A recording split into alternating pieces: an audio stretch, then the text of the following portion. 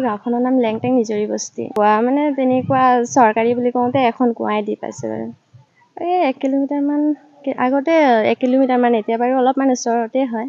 গাঁৱত আছে প্ৰায় বহুতেই আছে আৰু। সকলোৱে মানে জল জীৱন আঁচনি নাই? নাই, তেনেকুৱাকৈ নাই দিয়া। পানী আঁচনিটো অহা নাই ছাৰ। গাঁওখনত অহাই নাই? আপোনালোকে ক'ৰ পৰা পানী খাবলগীয়া হয়? আমাৰতো যে য'ত ত'ত করে পানী খাবলগীয়া হয়। অসুবিধা হৈছে? অসুবিধা বহুত। পানীটো আমি মাটি কুঁৱাৰহে খাওঁ।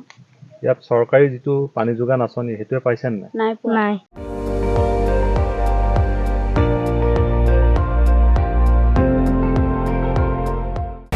আপুনি চাই আছে ND24, সৰ্বশ্ৰেষ্ঠ নহয় সৰ্বোত্তমৰ দৌৰত।